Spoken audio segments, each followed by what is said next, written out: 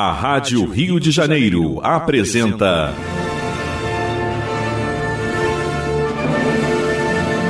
A Consolação de Jesus. Programa de estudo do Novo Testamento, sob a ótica da doutrina espírita. A apresentação: João Nogueira e convidados.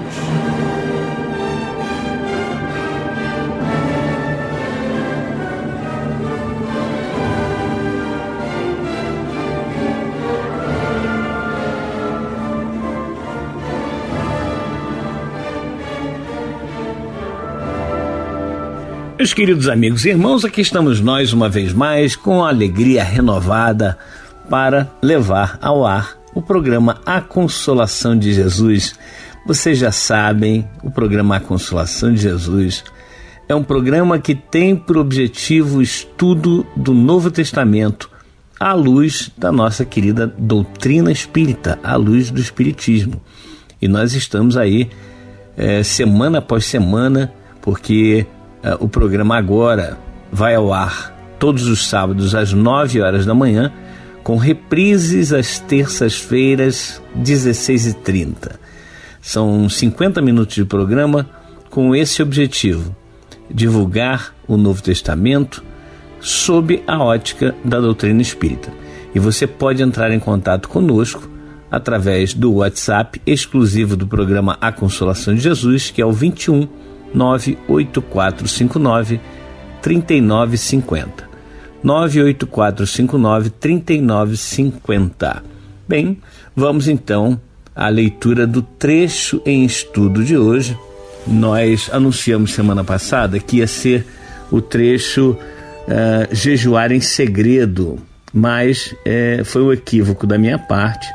Nós vamos aumentar um pouco mais, vamos passar para o versículo 14 do Evangelho de Jesus segundo Mateus, capítulo 6, e vamos até o 18. Vamos aumentar um pouco, vamos falar também sobre o jejum em segredo, mas vamos falar também antes sobre o perdão. Então vamos à leitura do trecho, repetindo, Evangelho de Jesus segundo Mateus, capítulo 6, versículos 14 a 18.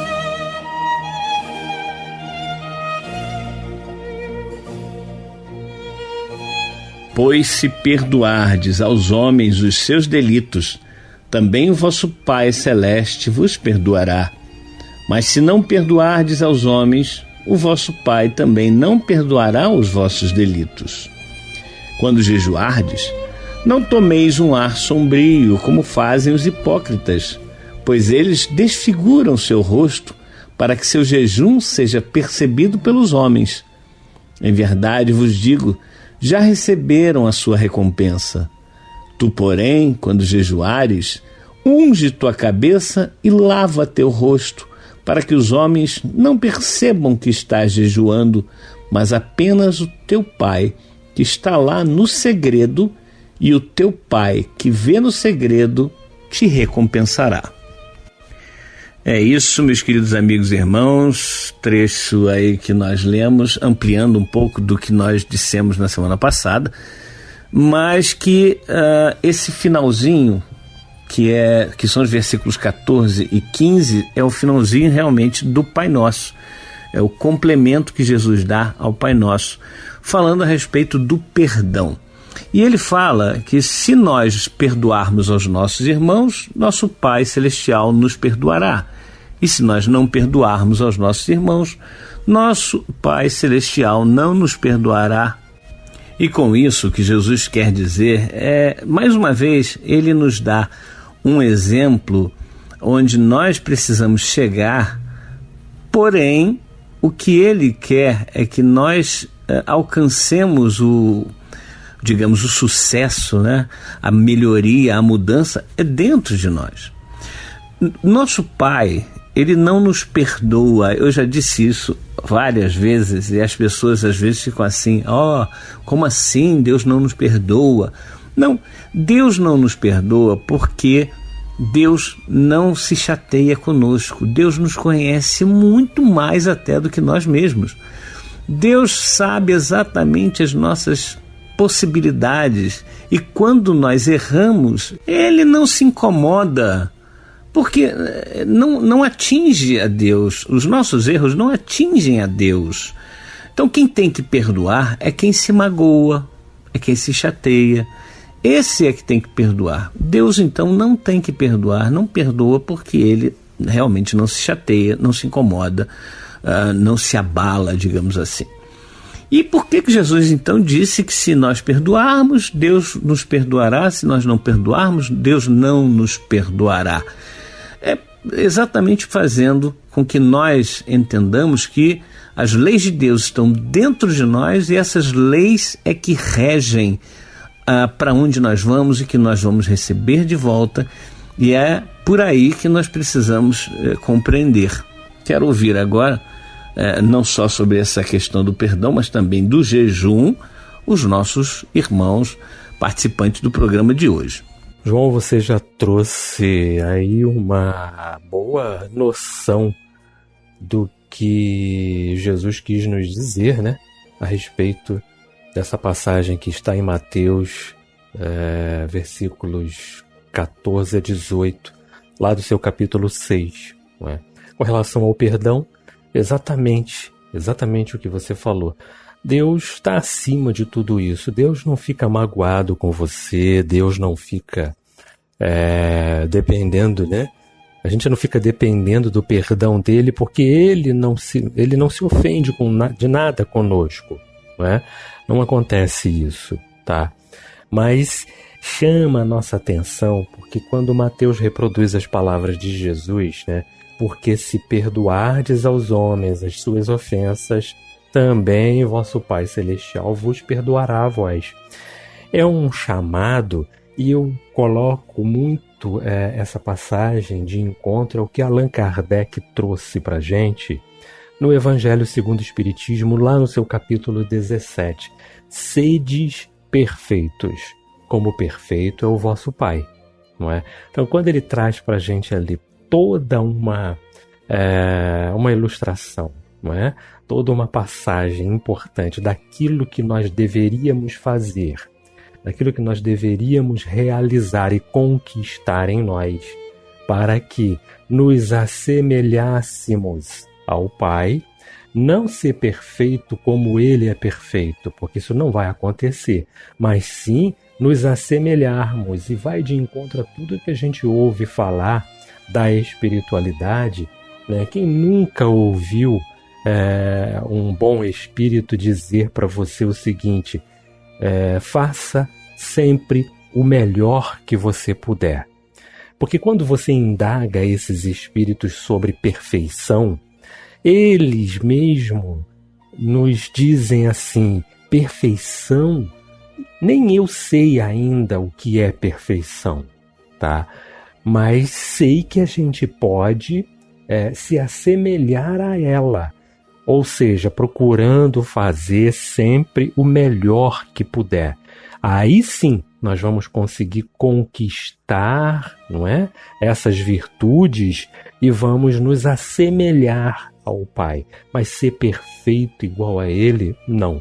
Então há de se ter essa noção, né? Essa interpretação lá do capítulo 17 do Evangelho segundo o Espiritismo, que o Allan Kardec trouxe para a gente, que é o sedes perfeitos, tá?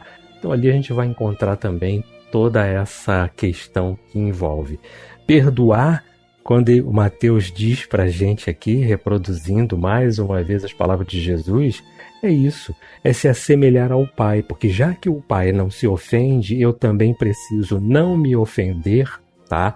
Para que eu não precise perdoar, porque eu, infelizmente, como espírito imperfeito que ainda sou, ainda me ofendo, ainda fico magoado, né? E careço muito de começar desculpando, porque é muito difícil aquele que vai direto para o perdão.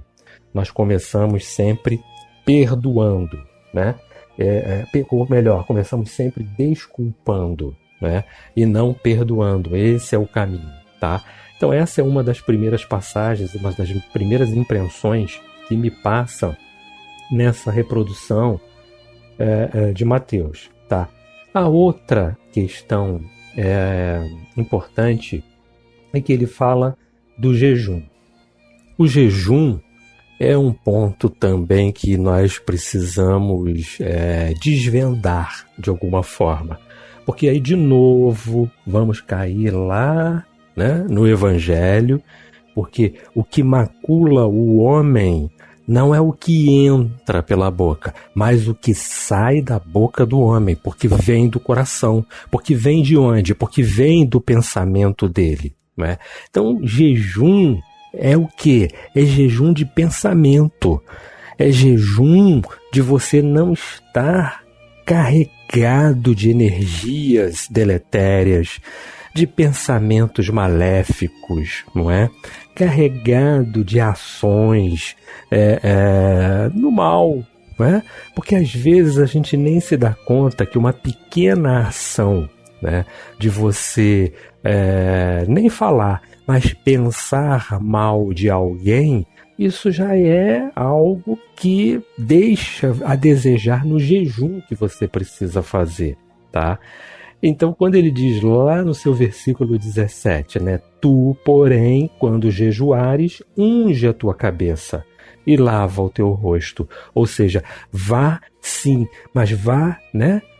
De corpo e alma presente, sem qualquer envolvimento com esses pensamentos errados. Porque é esse o grande momento de quando nós nos dirigimos ao Pai e continuamos falando aqui dessa ligação, continuamos falando do Pai Nosso, do momento em que nós nos religamos a Ele, não é?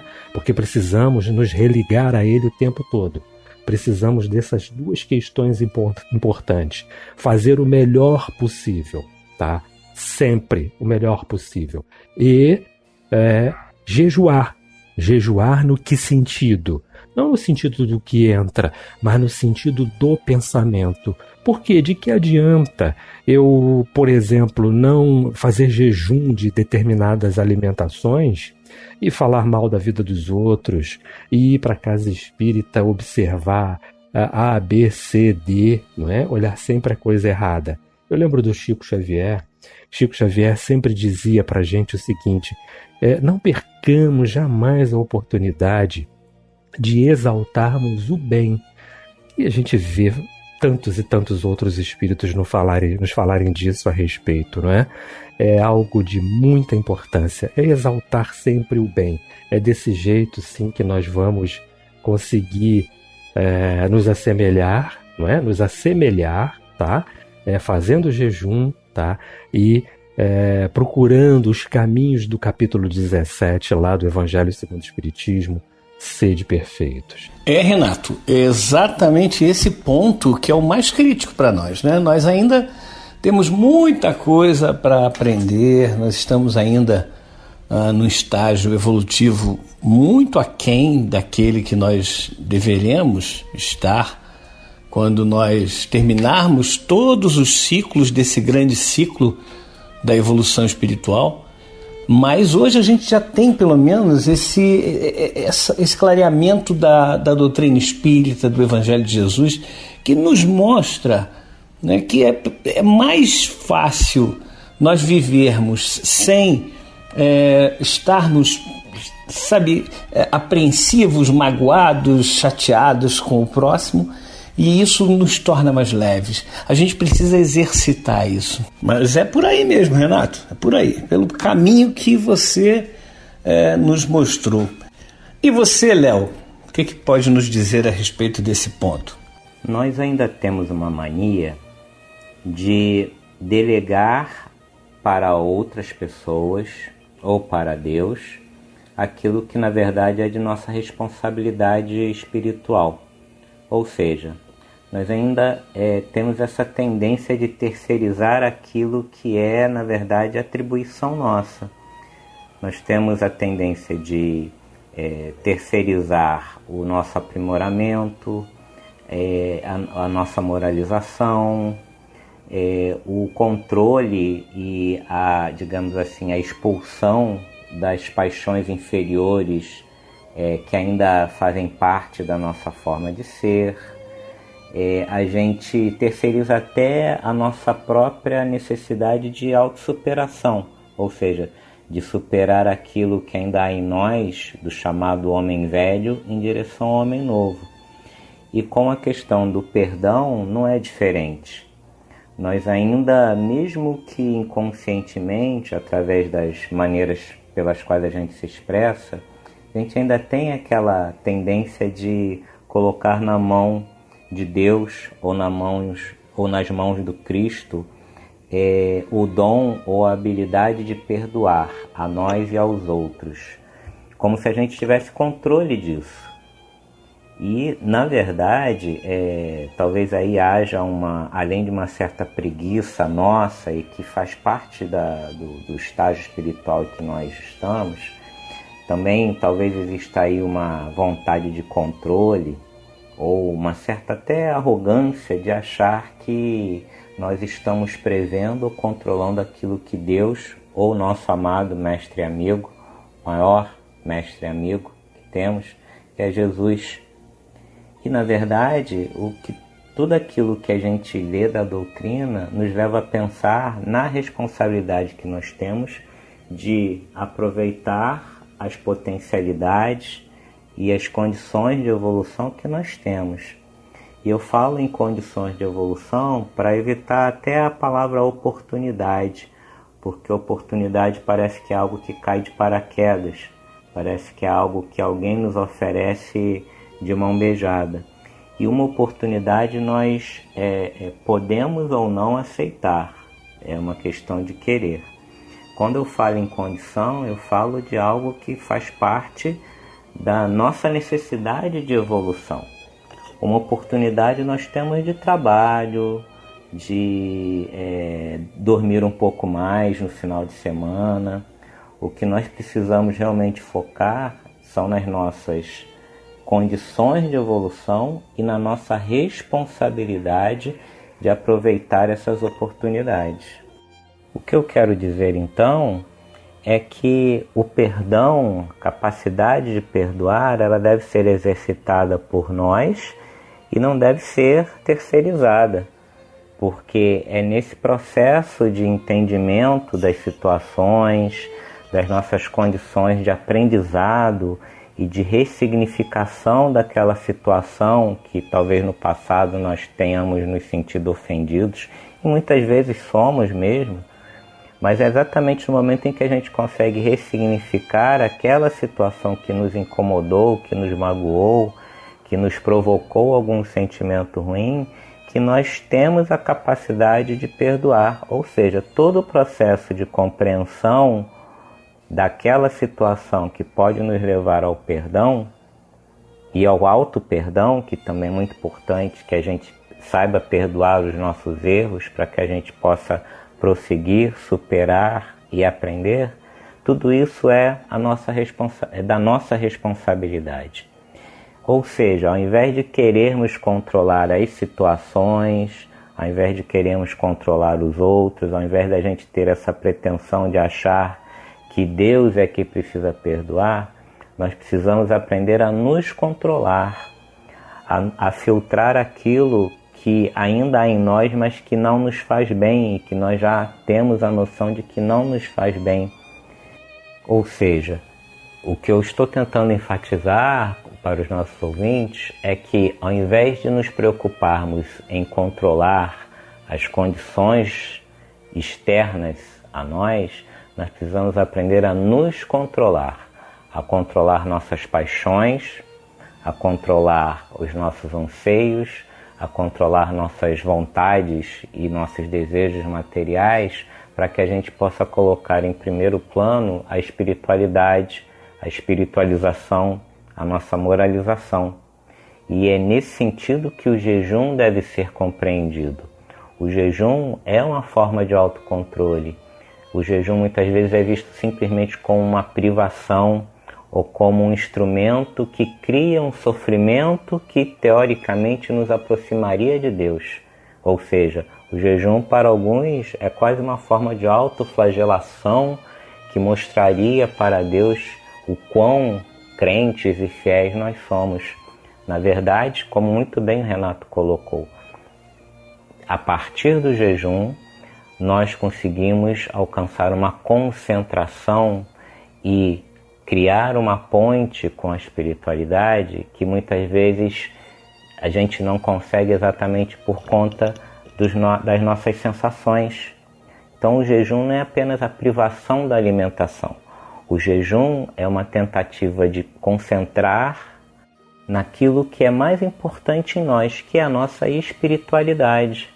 Ou seja, nós deixamos de lado todas as sensações materiais dadas pelos sentidos, e vamos lembrar que o jejum é a privação da alimentação, e aí sem esses encantamentos da matéria, que tem a sua função sim, mas que muitas vezes acabam nos ensurdecendo e nos cegando diante daquilo que é o mais importante, que é a nossa vivência enquanto espíritos, para que a gente possa criar ou recriar essa ponte com o Criador.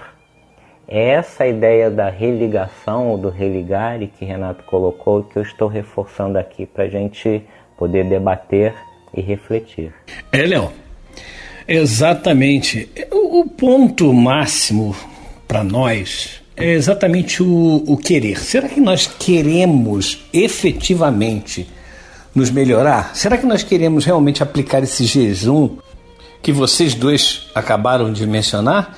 Esse jejum que, claro, existem jejuns que são importantes em termos de o que entra pela boca, é óbvio. O diabético não pode comer açúcar, o alcoólatra ele não pode ingerir álcool, né? Ou não deve, melhor dizendo, não devem, porque eu lembro até de Paulo de Tarso, né? Tudo me é lícito, mas nem tudo me convém. Então a gente tem que começar a perceber isso. Mas realmente o jejum mais importante é o jejum moral. É quando nós entendemos que nós não podemos fazer com os outros tudo aquilo que nós não queremos que façam conosco. Nós temos que entender que estamos vivendo uma vida de seres coletivos. Não somos individualidades apenas. Nós somos indivíduos pertencendo a uma coletividade ou a um indivíduo coletivo, que é toda a humanidade. E não apenas no Brasil, não apenas no Rio de Janeiro, mas no planeta Terra como um todo, isso para espíritos que estão agregados ao planeta Terra e, em última análise, ao universo completo. Então nós precisamos perceber isso, e a partir do momento que nós percebemos essa grandeza da família universal, nós começamos a praticar esse perdão que foi falado no princípio e também esse jejum. Aí o jejum vai ser realmente de coisas negativas, vai ser o jejum da reclamação, vai ser o jejum de não falar mal do outro, né? Ou seja, nós vamos nos privar das coisas negativas que ao longo dos séculos e séculos e milênios nós temos colocado para dentro de nós. O jejum da falta de fraternidade, enfim, todos esses que foram citados e que a gente pode citar mais alguns, mas agora nós vamos fazer um pequeno intervalo e voltamos já já com a segunda parte do programa A Consolação de Jesus. E nós estamos aguardando o seu recadinho pelo WhatsApp 21 98459 3950. Até daqui a pouco. Estamos apresentando A Consolação de Jesus.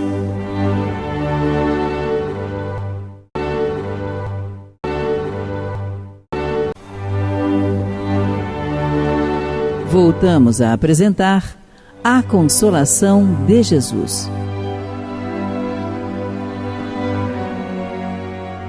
Bem, meus queridos amigos e irmãos, aqui estamos nós de volta com o programa A Consolação de Jesus, que é um programa que tem por objetivo o estudo do Novo Testamento sob a ótica da nossa querida doutrina espírita.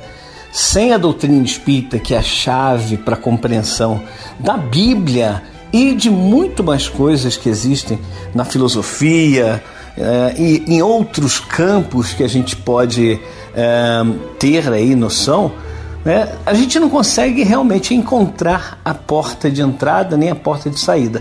Não conseguimos resolver certas questões. Por isso, o programa A Consolação de Jesus existe para estudar o Novo Testamento. Começamos aí por Mateus, estamos no capítulo 6, vamos adiante com todos os outros evangelistas, Atos dos Apóstolos, as cartas dos apóstolos e, por fim, o Apocalipse. Esperamos que até chegarmos no Apocalipse estejamos mais maduros, mais firmes, mais estudiosos, né?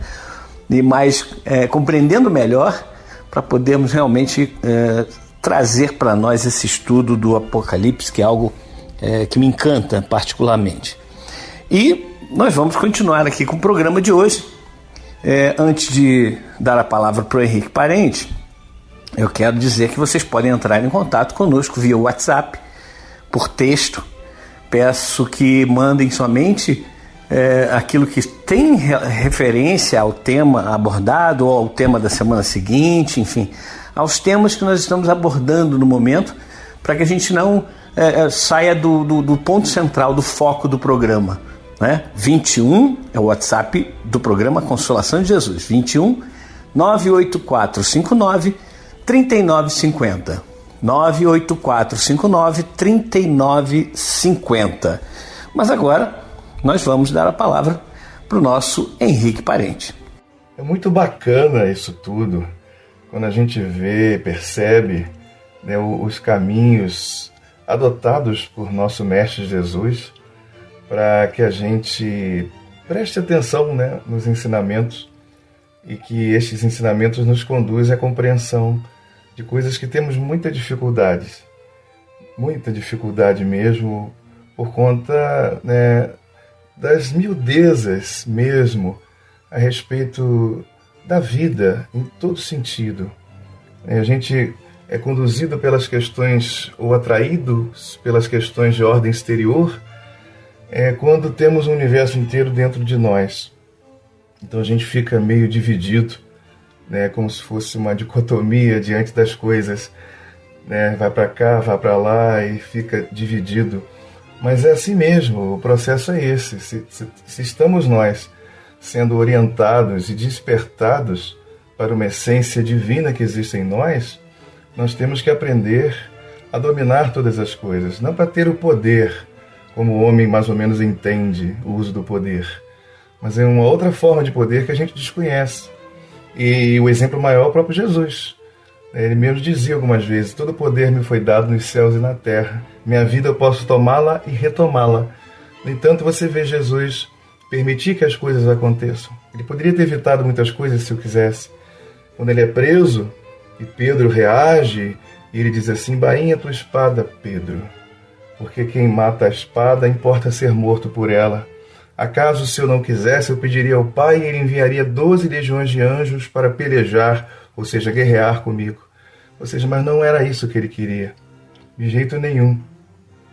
Então, todo o esforço, a iniciativa é para que a gente entenda e compreenda essas relações de mundo externo e mundo interno, para que a gente encontre o equilíbrio das duas coisas, a manifestação das coisas a partir da consciência humana. Leon Denis dizia, né, que no nosso mundo inconsciente todas as coisas são possíveis. Então, realmente, se a gente parar para pensar, a gente pode se projetar do pensamento, se ver voar, ver realizando coisas, planejando o futuro e tudo mais. E como a gente vai botar isso para o lado de fora? E a gente vai encontrando os limites da matéria. Nem tudo foi possível em qualquer época da humanidade. Hoje a humanidade está mais adiantada tecnologicamente, muitas coisas se tornam possíveis. Então, aquilo que antes era um sonho, hoje é realidade. Então, a gente vive nesse intercâmbio entre o interior e o exterior. Como disse o João, né, os versículos finais ali do Pai Nosso que falam do perdão. E eu pensava a respeito disso no sentido da questão 621 do Livro dos Espíritos, onde Kardec pergunta onde estão inscritas as leis de Deus, e os Espíritos responderam: na consciência. Ou seja, tem hora que Jesus fala de Deus pelo menos como eu percebo, ele fala de Deus no sentido das suas leis. E tem hora que ele fala de Deus no sentido mais pessoal, do Pai, daquele Pai que nos acolhe como se fosse uma pessoa.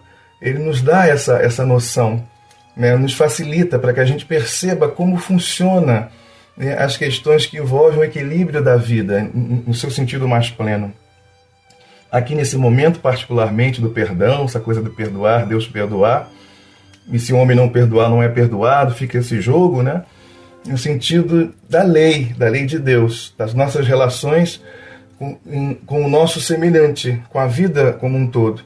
Então, a gente recebe à medida que dá e recebe no mesmo sentido, e aí a gente vai percebendo como funcionam as leis.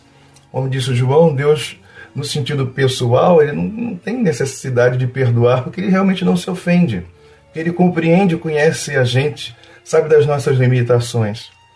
Mas no sentido da lei, ele está ensinando, né, e através de Jesus, como funciona o andar da carruagem, para que a gente perceba isso e não fique marcando passo, né, e consiga desenvolver as suas aptidões, mas respeitando, né, a estrutura da vida, a liberdade das outras pessoas, percebendo até onde vai a nossa, aquilo que a gente dá, aquilo que a gente recebe, o que nós chamamos muitas vezes, não somente, mas também de lei de causa e efeito.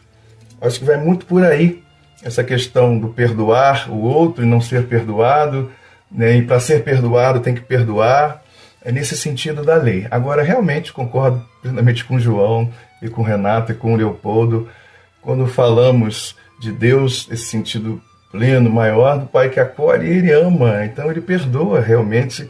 Ou, como os nossos irmãos comentaram, não há o que perdoar, porque ele ama, ele acolhe, ele não condena, ele não está fechando a tampa, não está encerrando a questão.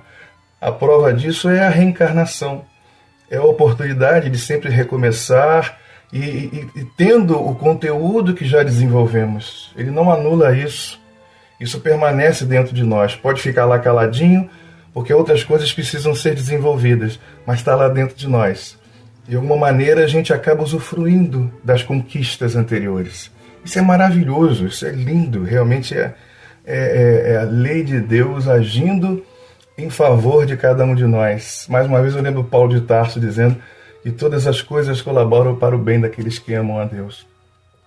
Quando a gente percebe melhor as leis e tenta aprender com elas, o amadurecimento, né, necessário para que a vida da gente fique melhor. A gente olha para os dias de hoje, como essas guerras que estão envolvendo a nossa vida, como as tormentas que acontecem, como aconteceu em Petrópolis, e agora a guerra da Ucrânia e União Soviética, ou melhor, desculpa, Rússia. E mais outros países estão em guerra há muitos anos. Isso tudo um dia vai passar, quando a gente entender que precisa perdoar a si mesmo. Não é Deus que necessariamente vai nos perdoar, mas nós nos perdoarmos os nossos erros para podermos recomeçar, porque a ideia do perdão, ela propõe um cessar, para que a coisa tenha continuidade. Senão vira, né, um ciclo vicioso que não acaba nunca. Então, quando a gente perdoa a si próprio, perdoa o outro, a gente está se liberando e liberando o outro, para que ele continue, para que a gente continue também. E a questão do jejum me remete sempre à ideia, né, da quando a gente evita certas coisas. Como o Leopoldo comentava, e o Renato também, a respeito, né, dessa interiorização das coisas, não só para o outro, mas também no nosso interior, deixar de alimentar-se, né? Não é um alimentar-se físico propriamente, mas é aquela sensação de estar leve, de estar limpo, sem o peso de certas coisas. Então é um jejum que confere a cada um de nós esse momento de buscar a leveza, a purificação, a integração naquilo que é superior. E por isso é tão bonito olhar esses ensinamentos, né, mas que não seja só um olhar de admiração da nossa parte, seja um olhar com interesse mesmo na prática. Como Kardec nos propõe lá no finalzinho da introdução do Evangelho segundo o Espiritismo, né? Onde a gente vai trabalhar, ou seja, praticar o Evangelho, praticar a boa notícia, a boa nova. E isso tudo faz parte do processo de consolação. A consolação de Jesus nos orientando e nos proporcionando a continuidade do caminhar para uma vida superior. É verdade, Henrique, verdade. E você me fez lembrar uma passagem de um pequeno livro do Emmanuel, Psicografia do Chico Xavier, lá na última mensagem, que é pequenininha, Vencer. Olha o que ele fala: resguarda a consciência sempre limpa de culpas ante as provas da vida. Não esmoreças nunca. Se viestes a cair, ergue-te e recomeça. Cultiva no trabalho a bênção de teu pão. Lembra a regra da paz. Ama e perdoa sempre. Estende o bem a todos e vencerás com Jesus. Belíssimo momento que nós nos lembramos aí do nosso Emmanuel, e que precisamos realmente fazer isso, precisamos nos erguer. A gente vai cair ainda muitas vezes, mas a gente tem que se erguer, reerguer, continuar o trabalho. Muitas pessoas falam assim: hoje eu não vou no centro espírita não, ou na igreja, enfim, no lugar onde você costuma frequentar, porque eu vacilei, eu fiz isso de errado, fiz aquilo de errado. Não é para deixar de ir, é para ir e pedir ajuda àquela espiritualidade que está ali naquele centro, naquela igreja, naquele templo, em qualquer local onde se cultive realmente os ensinamentos de Deus, os ensinamentos do nosso Mestre Jesus. Eles estão ali no trabalho mais intenso. Claro que eles estão em todos os lugares. Nós estamos rodeados por uma tão grande nuvem de testemunhas, sim, como Paulo de Tarso nos lembrou, mas lá, naquele local onde é consagrado para o estudo, para o trabalho de ajuda ao próximo, para o trabalho de receber aquela pessoa que está sofrendo, ali eles estão num trabalho mais intenso realmente. Podem, no momento em que nós caímos, nós vamos lá e vamos no trabalho mesmo, porque a gente não vai ficar naquela coisa: hoje eu vou ser atendido, hoje eu vou ser atendida. Não, vamos continuar o nosso trabalho. Vamos continuar e vamos pedir à espiritualidade: me ajuda. Eu preciso, nesse momento, esquecer de mim, esquecer da minha dor e buscar ajudar a esse irmão, a essa irmã que está procurando aqui no templo, aqui no centro, enfim, como é o nosso caso dos espíritas, procurando uma paz interior, uma consolação, um encorajamento, talvez a cura de uma doença insidiosa. Claro, por que não? No passado eu pensava: a gente não deve buscar a cura da doença do corpo físico, mas a gente vai percebendo que é necessário que busquemos sim a cura de qualquer tipo de doença. É óbvio que hoje, com o Evangelho de Jesus, com o conhecimento da doutrina espírita que nós estamos iniciando aí a conhecer, nós já sabemos que quando nós nos curamos como espíritos, quando nós nos melhoramos, nos reformamos intimamente, o corpo físico é o reflexo dessa reforma, desse homem novo, desse ser modificado intimamente. O externo é o reflexo do interno. Mas, claro, buscar a cura do corpo físico é importante, sim. E vamos juntos buscando e ajudando cada um desses irmãos, não é? Então é preciso que nós sigamos adiante, dando cada passo no momento certo e auxiliando-nos uns aos outros. Então, eu quero aqui trazer mais uma vez a participação dos nossos irmãos que mandaram seus recados para o WhatsApp exclusivo do programa A Consolação de Jesus, que é o 21 98459 3950, 98459 3950. Aqui o nosso irmão Emerson, lá de Uruguaiana, Rio Grande do Sul, nos mandou mensagem, ele fez uma pergunta e nós respondemos lá para ele. E agradecemos muito, viu, Emerson, a sua participação, seu carinho e as suas mensagens. A Marinalva também mandou seu recadinho aqui. Maravilhosa essa mensagem. Me senti abençoada. Gratidão. Obrigado, Marinalva. Aquilo que a gente traz aqui no programa A Consolação de Jesus são exatamente o que nós temos dentro de nós, né? Aquilo que a gente sente, aquilo que nos impressiona mais fortemente, não é isso? Obrigado, Marinalva, pela sua participação. Aqui a nossa irmã Carlinda da Costa. Bom dia, meu irmão. Como eu faço para ter aumentado a minha energia espiritual ou energia vital? Quais são os primeiros passos? E aí nós conversamos com a Carlinda, né, pelo WhatsApp, e queremos passar aqui também, né, para que todos nós entendamos melhor essa questão. Todas as energias que chegam até nós, sejam elas boas ou más, provém da espiritualidade.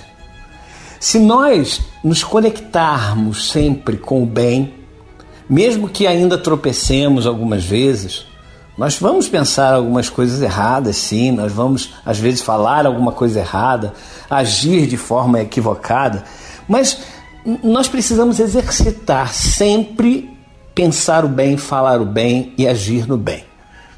A gente vai olhar cada um dos nossos passos, por isso Santo Agostinho, São Francisco de Assis, eles faziam aquela reflexão no final do dia, perguntando, e aí, como é que eu fui? O que eu pensei? Como é que eu falei? Como é que eu reagi? E por aí a gente vai se conhecendo. O autoconhecimento é fundamental.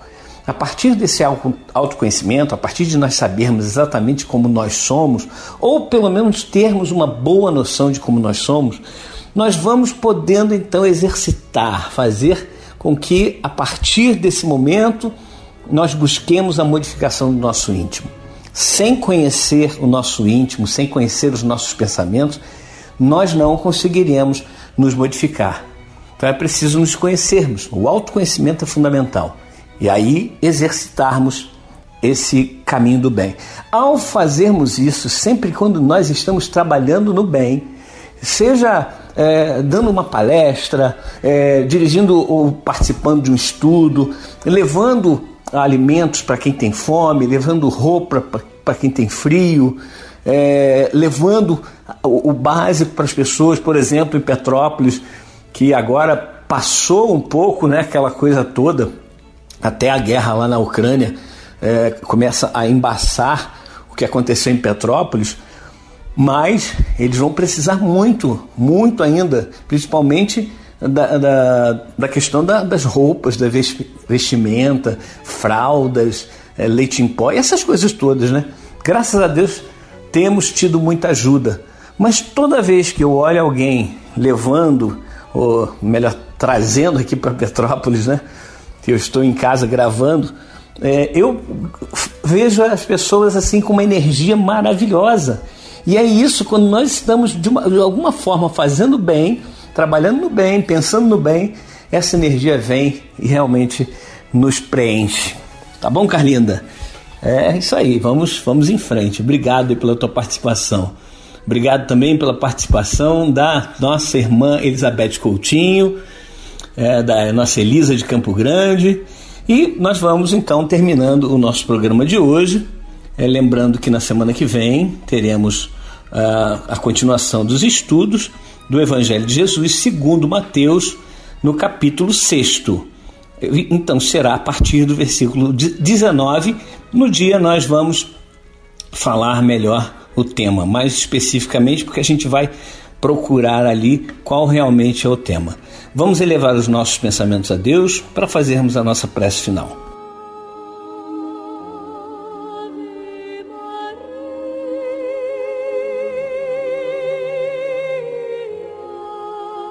Querido Mestre Jesus, nesse momento, Senhor, eu quero primeiro pedir que Tu ilumines as consciências de todos aqueles irmãos envolvidos na guerra entre Rússia e Ucrânia e em todos os conflitos, Senhor, que estão ocorrendo no Teu planeta Terra nesse momento. Senhor, faze com que todos esses irmãos possam refletir, percebendo que só o amor pode elevar esse planeta a uma condição de muito melhor convivência entre todos os povos. Não queremos, Senhor, te pedir para que acabes com a guerra, pois isso depende de nós, seres humanos. Nós queremos te pedir para que faça com que esses irmãos percebam o engano, o equívoco que estão cometendo ao mutilar pessoas, ao matar pessoas, ao levar terror às pessoas, fazendo com que as pessoas saiam dos seus lares, das suas cidades, do seu país e vão buscar uma sorte que sei lá o que vai acontecer. Sabemos, Senhor, que está tudo rigorosamente certo, mas isso é o que nos compete, Senhor, te pedir para que nós possamos ter aqui no planeta uma vida mais harmoniosa, mais fraterna, uma vida em paz. Obrigado, Senhor Jesus, pelo teu amor para conosco. Obrigado porque tu não nos abandonas nunca. Que nós possamos, Senhor, neste momento estar contigo, mas não só agora, para todo sempre. Que assim seja. E graças a Deus. Terra, planeta do Senhor Jesus, todas as almas Ele conduz a encontrar a paz, lapidando os nossos corações. Através das provas, expiações, pouco a pouco evoluir.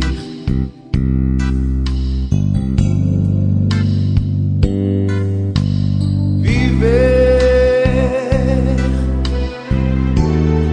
seu evangelho dia a dia, levando a sabedoria do Cristo de Deus, amando os nossos irmãos errantes. São tantos os que estão distantes de você, Cristo Jesus. Mas um passo em breve Jesus dará. Joio e trigo juntos não poderão continuar.